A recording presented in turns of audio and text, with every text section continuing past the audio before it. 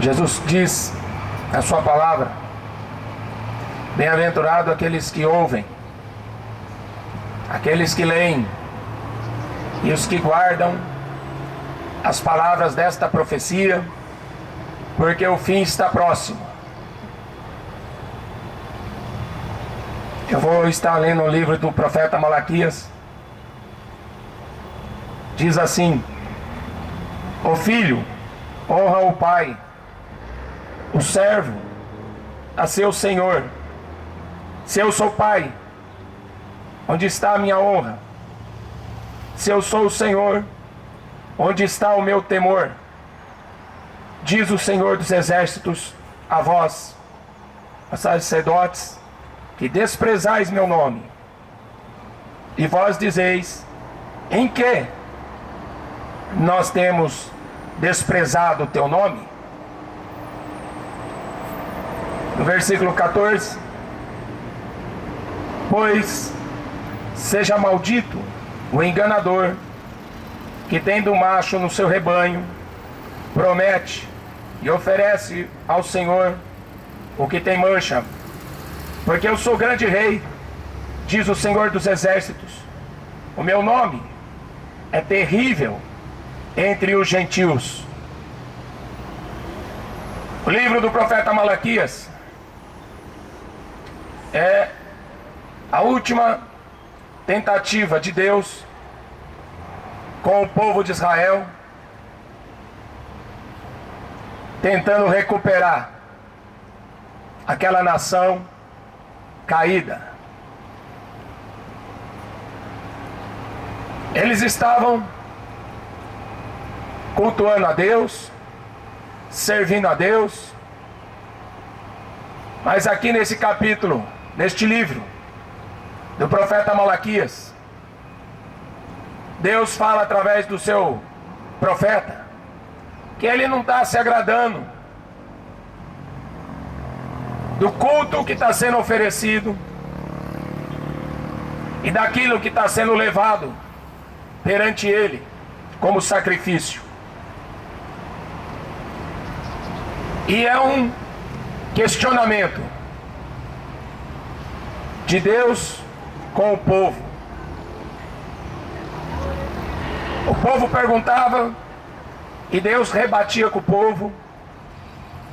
E assim foi este livro aqui. E o povo questionando que Deus não amava eles, porque eles não tinham uma vida boa, eles não tinham riqueza.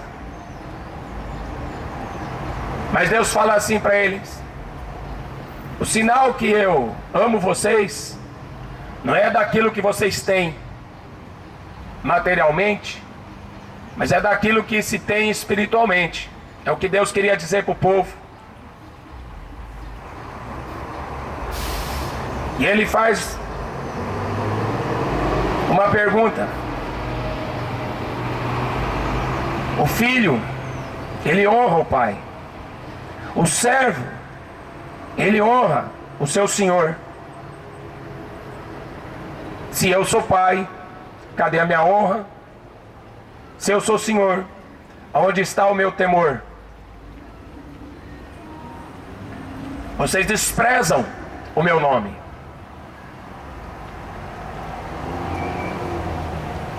No Salmo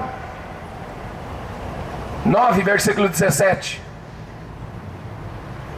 está escrito assim: serão lançados no inferno todos os que esquecem de Deus, e também todos os ímpios. Este povo estava perto de ser destruído, porque eles profanavam a oferta que se levava a Deus. Eles mentiam naquilo que eles apresentavam diante de Deus, e eles achavam que não tinha importância. Eles tinham aprendido através de Moisés Quando Moisés deu uma ordenança, uma lei, de como se achegar diante de Deus,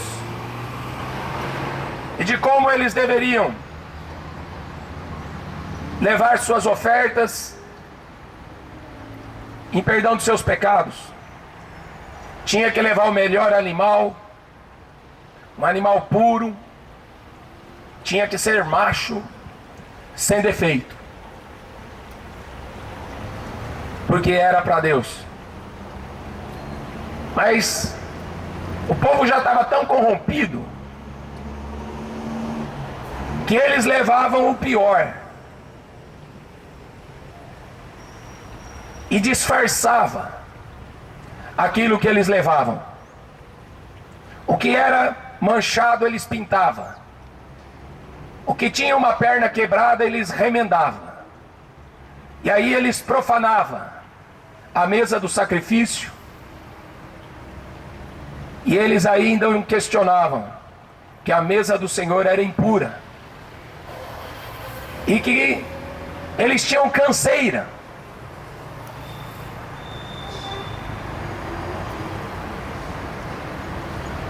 Eles questionavam que era inútil servir a Deus, porque as outras pessoas não serviam a Deus e ganhavam dinheiro. Qualquer ímpio por aí ganha dinheiro. Qualquer filho do diabo ganha dinheiro. Ganhar dinheiro não é sinal que você tem Deus. Ter carro importado não é sinal que se tem Deus. Ter grandes coisas nessa terra não é sinal que tem Deus. Mas este povo estava cego, igual as igrejas de hoje, buscando materialismo, cegos, pensando que Deus é o materialismo. E Deus chegou ao ponto de falar para eles: olha, é melhor que vocês fechem a porta do templo, apague a luz e vá embora cada um para sua casa, porque eu já estou enfadado desses cultos e dessas festas que vocês me oferecem. E aí no versículo que eu li aqui embaixo, Deus dá a sentença: aceitaria eu isso da vossa mão? Pois seja maldito o enganador, que tendo macho no seu rebanho, promete e oferece ao Senhor o que tem mancha. Porque eu sou grande rei, diz o Senhor dos exércitos, o meu nome é temível entre os gentios. Um povo que viu as maravilhas de Deus, que os outros deuses nunca tiveram ousadia. Os faraós do Egito, Deus derrubou aquele império satanista. Deus derrubou o império da Babilônia, outro império satanista. Deus derrubou os gregos.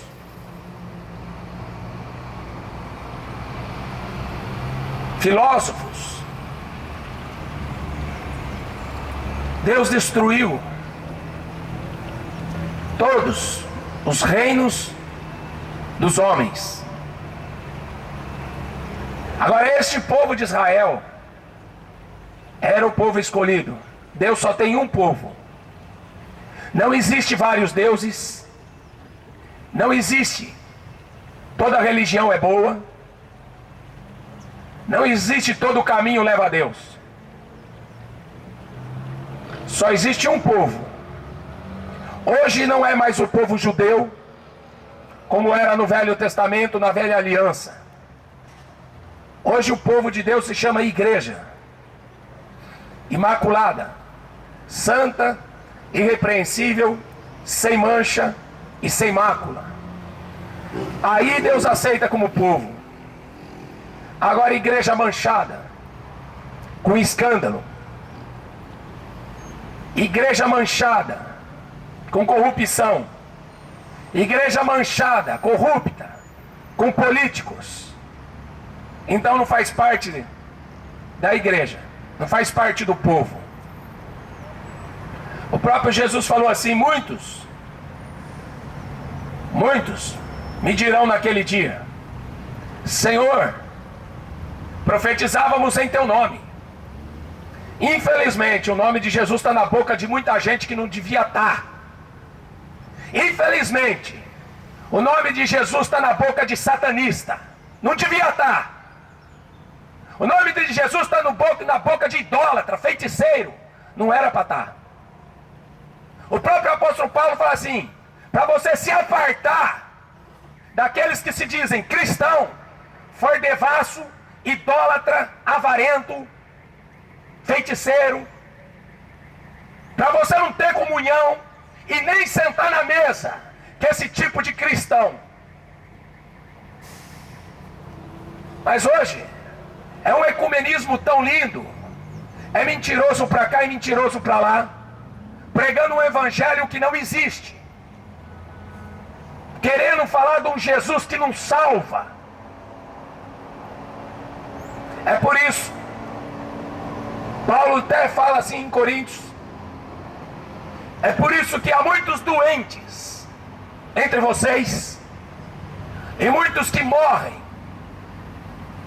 cedo demais, porque não sabem discernir o corpo e nem o sangue, o sacrifício que foi feito.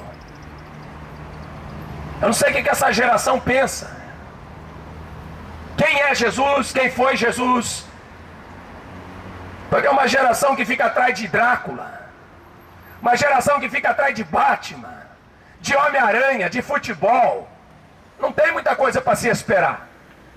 Uma geração que só fica em videogame vendo zumbi, em filmes, Resident Evil. É só demônio. E aí fala assim: Deus não me ama,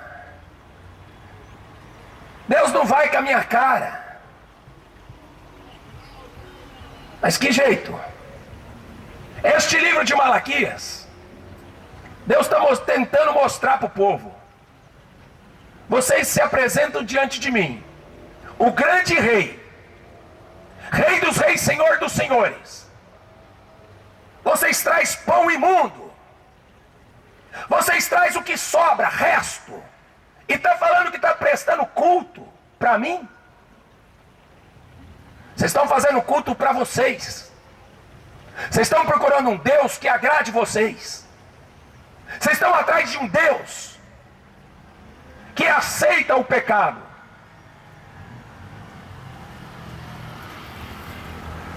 E Deus vai falando neste livro de Malaquias, o último livro. Depois desse livro aqui, Deus ficou 400 anos sem abrir a boca com aquele povo. Só depois de 400 anos apareceu João Batista, que era a promessa aqui no capítulo 4. Quando João Batista vier, o Elias, a unção de Elias viria no profeta João Batista, não era a reencarnação.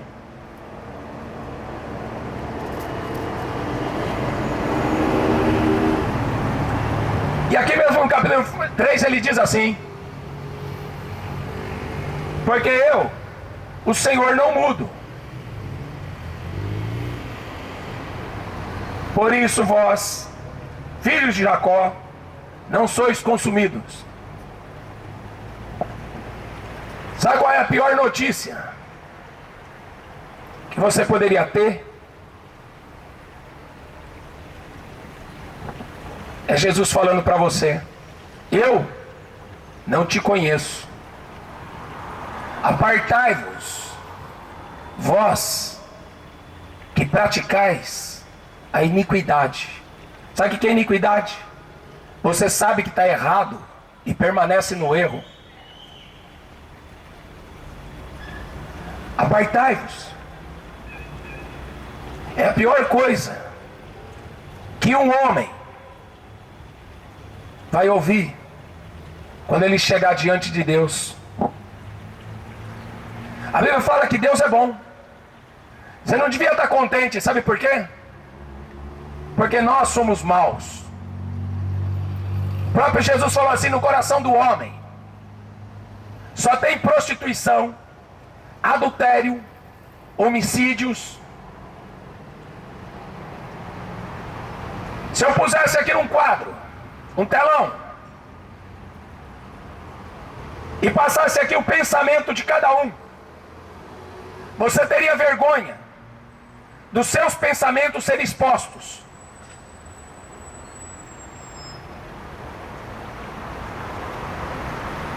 Agora imagina, você está diante do grande rei, do grande Deus, e todas as coisas estão escritas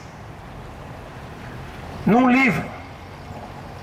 Este livro será aberto diante do trono de Deus, quando os ímpios terão que ser julgados e serão condenados.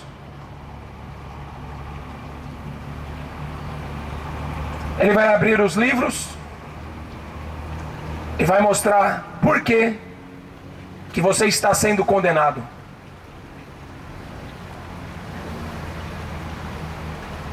A gente tem um senso de justiça para julgar e condenar os outros. Mas Paulo fala assim: examine-se o homem a si mesmo. Se julgue. Ponha você diante deste livro.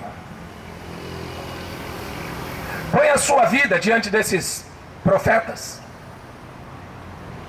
Este livro aqui é manchado com sangue. Se falou tanto que de poetas, fala-se tanto de academia de letras, de homens que escreveram tanta besteira, romance, ficção. Albert Einstein, ele escreveu uma carta de Deus, e ele falando sobre a Bíblia. Esta carta foi vendida por 3 milhões de dólares. E nessa carta ele diz que as histórias da Bíblia são fábulas, não passam de fábulas. Um homem que, diante aí da sociedade, diante dos acadêmicos, dos cientistas, maior cientista, sabe como que Deus chama Albert Einstein? De tolo. Deus chama Albert Einstein de idiota.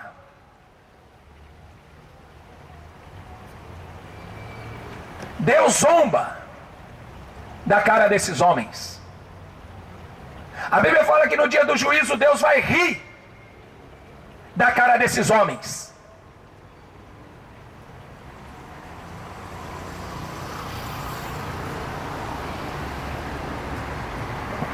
As pessoas não têm mais temor de Deus.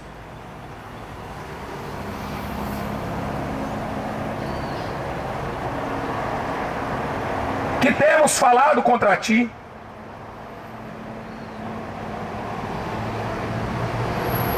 vocês têm dito: inútil é servir a Deus. Que nos aproveita termos cuidado de guardar seus preceitos e andar de luto diante do Senhor dos Exércitos. Ora, pois, nós reputamos por bem-aventurados os soberbos.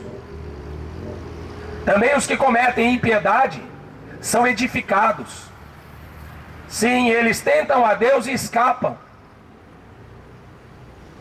Olha o que o povo tinha na cabeça.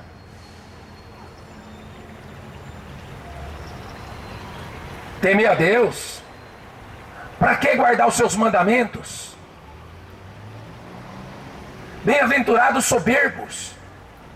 O apóstolo Paulo diz na carta para Timóteo: aquele que não aceita a sã doutrina, a doutrina da Bíblia, santificação, justificação, redenção, aqueles que não aceitam são soberbos,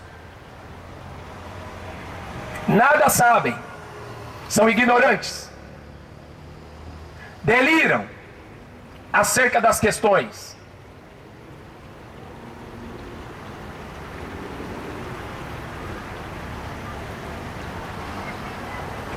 Jesus, ele falou assim: aquele que quiser ganhar esta vida, perdê-la-á.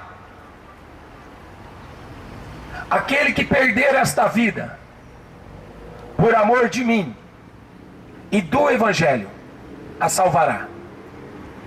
Não tenta reconciliar Deus com a alegria deste mundo. Não tente reconciliar Deus com a política deste mundo. Em cima da cruz tinha um escrito: este é o Rei dos Judeus.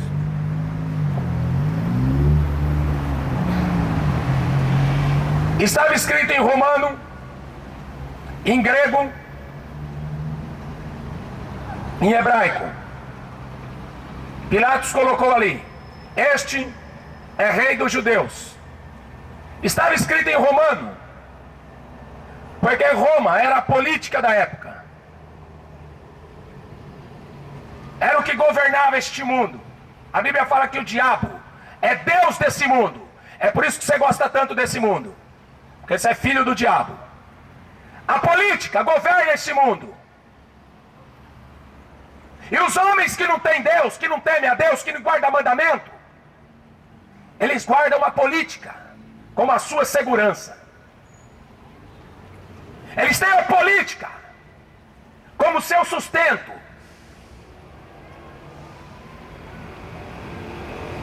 Por isso que estava escrito em romano: esse é o Rei dos Judeus. Estava escrito também em grego, porque naquela época a cultura era grega, era filósofos, era teatros. Se tivesse cinema na época, hoje as pessoas valorizam a cultura que veio lá da Grécia, porque são ignorantes acerca do julgamento, e você vai estar diante dele de joelho. Você não vai reencarnar, você não vai para purgatório, você vai comparecer perante o juiz, e não é o juiz aqui da terra, não é aquele tribunal que está avaliando os corruptos, porque aqui na terra os corruptos escapam. Diante de Deus, ninguém escapa. A cultura não vale nada para Deus. As pessoas querem evangelizar os índios e deixar os índios com as tatuagens, com os piercing, com os ritual diabólico, acendendo incenso para o diabo. Isso não é evangelismo. Evangelismo é tirar das trevas e trazer para a luz. Se não quer, fica aí fumando maconha. Não quer vir para a luz? Fica aí enchendo a cara de cachaça. Vai se prostituir. Mas não diz que Deus está na tua vida, porque não está. Não diz que Ele vai andar com você, porque não vai. Se um cristão é morto na China, ninguém fala nada. A mídia fica de boca calada. Quando o cristão é morto pelos muçulmanos, a mídia fica quieta, ninguém fala nada. Se um homossexual leva um tapa, sai na Globo, na Record, no SBT, passa no mundo inteiro. Homofobia. Faz o que você quiser da sua vida. Só que Salomão deixou escrito: o fim de todas as coisas é: teme a Deus guarda os seus mandamentos, porque este é o dever de todo homem, branco, negro, alto, baixo, magro, barrigudo, careca, cabeludo, rico ou pobre. É o dever de todo homem. A menos que você seja um ET. Ninguém vai ser salvo pelas boas obras. Não adianta querer dar comidinha na boca dos pobres. A Bíblia fala que todos não prestam, inclusive eu.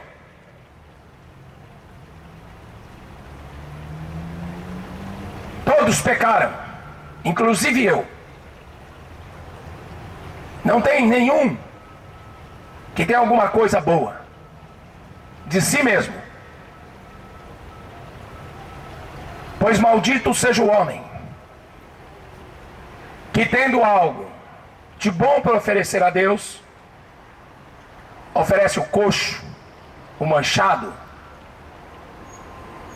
o resto. E ainda assim se encostam no nome de Deus, se apoiam numa muleta de religião e se justificam. Todo mundo faz. Mas todo mundo faz. O que tem de mais? A Bíblia fala: ficarão de fora os adúlteros,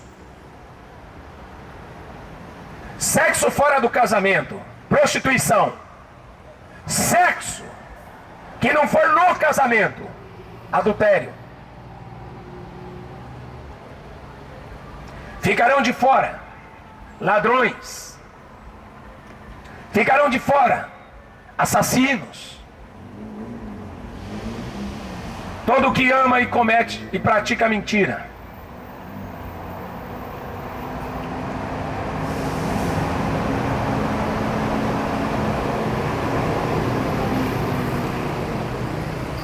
No capítulo 2, do profeta Malaquias: não temos nós todos um mesmo Pai? Não nos criou o mesmo Deus?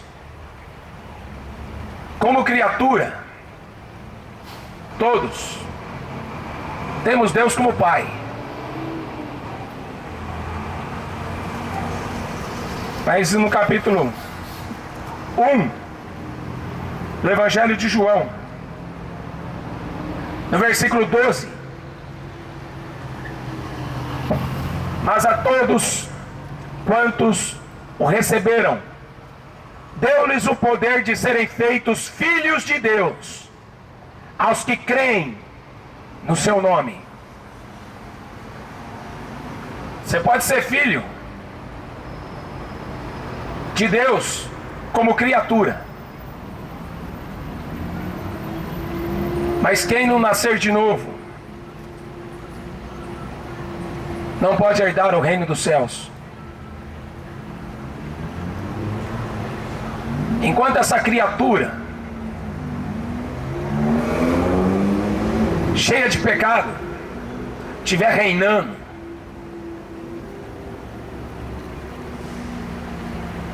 você nunca vai ver Deus.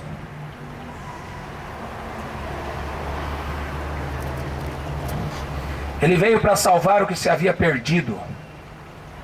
Ele veio buscar o que se havia perdido. Jesus contou uma parábola,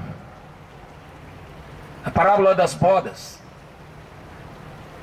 a festa de casamento do filho do rei. O rei é Deus, o noivo é Jesus, a noiva é a sua igreja. E ele contou esta parábola e mandou que o convite fosse estendido a todos. Ide pregar o evangelho a toda criatura. Aquele que crê e se converter será salvo. Aquele que não crê já está condenado. O convite saiu. Foi na China. Mas a China não deixou o evangelho entrar. O evangelho foi para o Irã, mas o Irã não deixou entrar.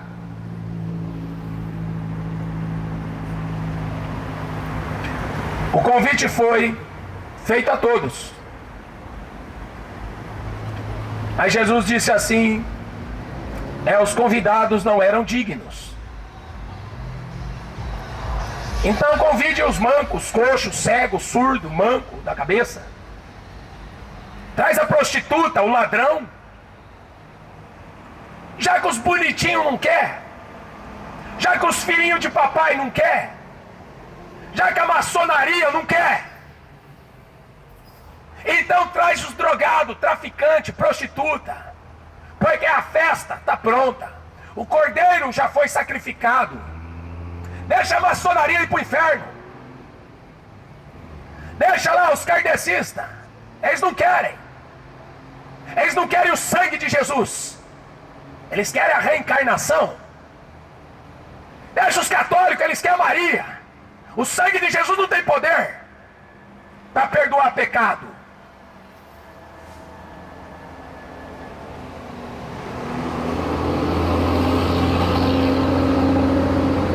Deixa os políticos, o que eles querem é dinheiro. Deixa eles se afundarem na corrupção. Vai morrer engasgado com o dinheiro. O evangelho não é para quem é bonzinho. O evangelho é para o perdido. É para aquele que perdeu tudo e não tem mais nada. Porque enquanto o sujeito tiver uma corda para segurar, ele não quer saber de Deus. Enquanto ele tiver política, religião e cultura, o sujeito não quer saber. Se não é escravo da religião, é escravo da política, ou é escravo dessa cultura.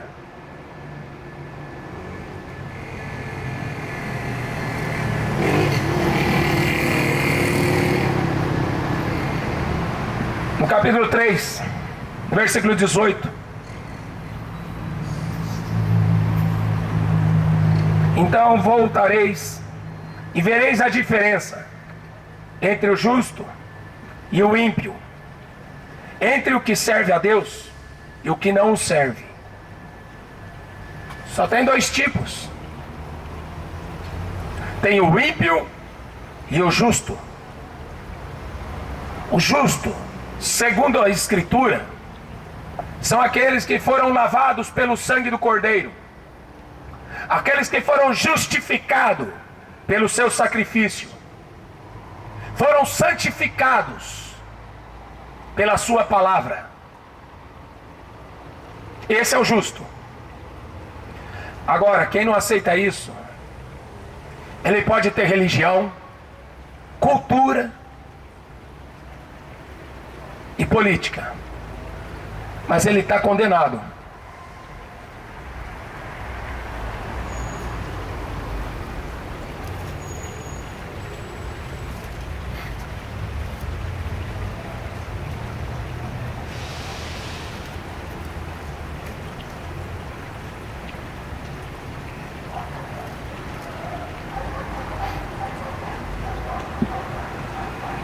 Primeira Timóteo 6,3. O apóstolo Paulo deixou escrito assim: se alguém ensina alguma outra doutrina e não se conforma com as sãs palavras do nosso Senhor Jesus Cristo e com a doutrina que é segundo a piedade, é soberbo e não sabe nada, mas delira acerca de questões, contendas de palavras, das quais nascem inveja, porfias, blasfêmias, ruins suspeitas. Porque nada trouxemos para este mundo, Manifesto é que nada podemos levar dele, tendo porém sustento, e com que nos cobrirmos, estejamos com isso contentes. Mas os que querem ser ricos, caem em tentação, em laço, e muitas concupiscências loucas e nocivas, que submergem os homens na perdição e ruína, porque o amor ao dinheiro é a raiz de toda espécie de males. Nessa cobiça, alguns se desviaram da fé e se traspassaram a si mesmo com muitas dores. Os ricos sempre querem estar no cume da pirâmide, governando a política, impondo sua cultura e manipulando a religião, as massas. Os muçulmanos ficam dando volta em volta de uma pedra. Todo muçulmano que tiver dinheiro tem que ir pelo menos uma vez na vida, dar uma voltinha em Meca e jogar umas pedrinhas numa coluna lá que ele chama de Satã. Se o muçulmano tiver dinheiro.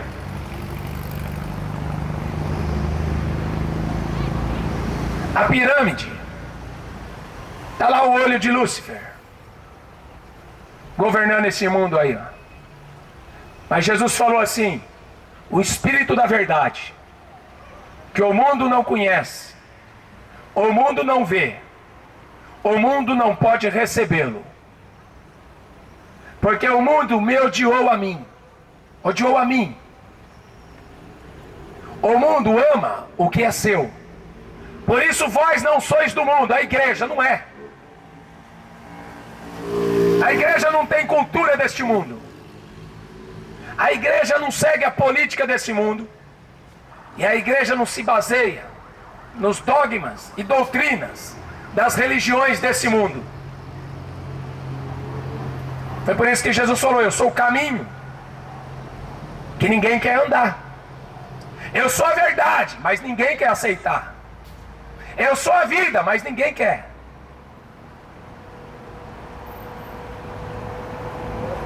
Ninguém veio ao Pai se não for por mim. Quem tem ouvidos para ouvir, ouça.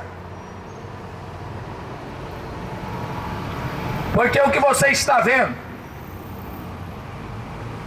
segundo o que Jesus fala, é o princípio das dores. O que você está vendo acontecer, essa política suja, no mundo inteiro, Brasil, Estados Unidos, o resto do mundo, essa cultura de piercing, tatuagem, filmes adorando o demônio, futebol para lá e para cá, essa cultura que só os ricos ganham dinheiro com o carnaval, só os ricos ganham dinheiro com o futebol, e os pobres são enganados e vão se dar mal por acreditarem na mentira.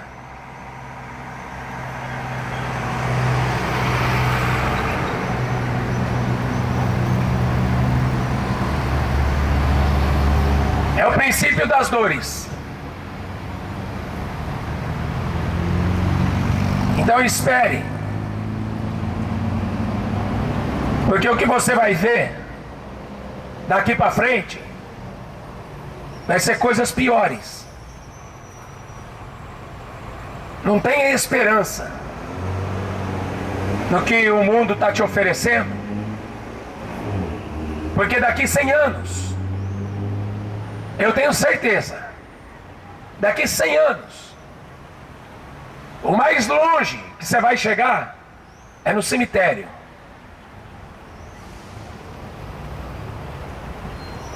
Então começa a pensar, qual foi a proposta que Deus fez para o mundo? Ele deu o Filho dele para que o mundo não morra. Ele mesmo veio em pessoa para que o mundo não fosse condenado. Quem nele crê não é condenado.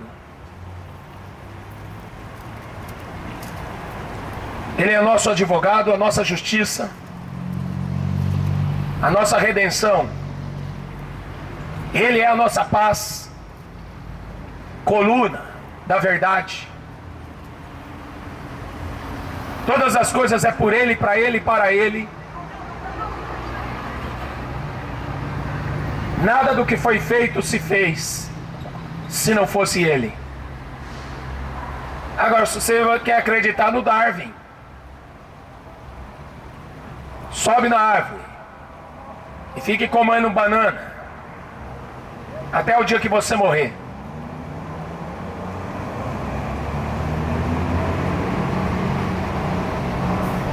Deus te deu uma consciência e você será cobrado todos os dias por essa consciência que Ele te deu. E você tem por obrigação examinar a sua vida para se apresentar diante de Deus antes que você morra, arrependido,